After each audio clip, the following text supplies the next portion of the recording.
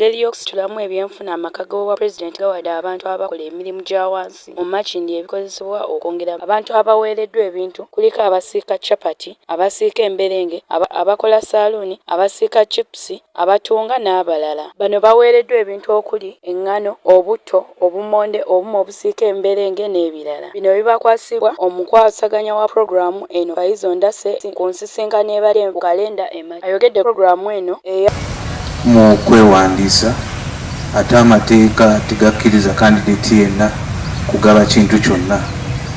Kyova olaba nti twagezezaako nnyo okulaba nti tuleme kuyingira mu kampeyini nga mmwe be twawandiise abasembyeyo tetubawadde bintu bino.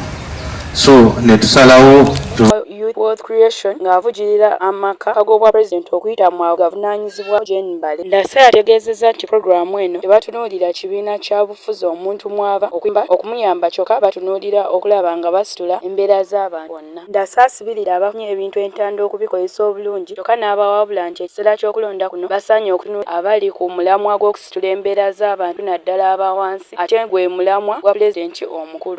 Ssentebe ow'omuluka gw'Amakindye Waiswa Masasi atendereza pulogulaamu eno gy'agambye nti ebadde nambulukufu. Pulogulaamu yabadde nnungi tukuluna twabaddemu ebyabafere ttiimu yava mu State House n'eyingira wansi ground n'eraba nti ddala Masasi asiika capati nti ono asiika chipusi buli omu ne bamuwa ekintu ekyakola kyakozesa.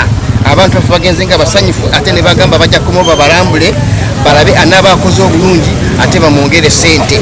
Tebagenda kukoma ku ekyo bagenda kubakola mu saako.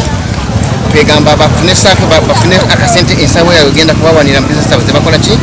Tebakola. Amanya Wasakalo na Masasi Chairman LC3 Chairman LC2 Makindye Parish State House Controller General. Njagala kwebaza omukulu akulira State House Controller omukyala Bareke kubanga era yasalawo kino kitambule mama tweyanziza webale nnyo tojjanga okwo.